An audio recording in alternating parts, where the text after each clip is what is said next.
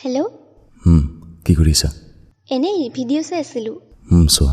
Okay, শুনা না, আজি যে তুমি মাৰ লগত কথা পতাই দিম বুলি কৈছিলা।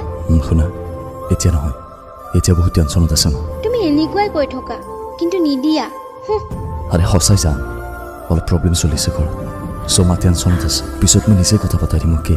হ'ব, যোৱা। লাইনত থকা। হেল্ল' শুনা, ঘৰত মানুহ আহিছে, পিছত ইভিনিং পঠাই দিম। হ'ব। অ'কে? শুনা, কল কৰা নামাক এবাৰ, এতিয়া কিজানি মানুহ নাই। অ'কে। হেল্ল', এতিয়া শান্তিনে? কি মানে, কি হ'ল? কৈছিলে না মা টেনশ্যনত আছে, খং কৰিছে, কথা নাপাতে এতিয়া। হেপী, বাই। শুনা না, মই জাষ্ট এনেই কথা ক'ব বিচাৰিছিলোঁ।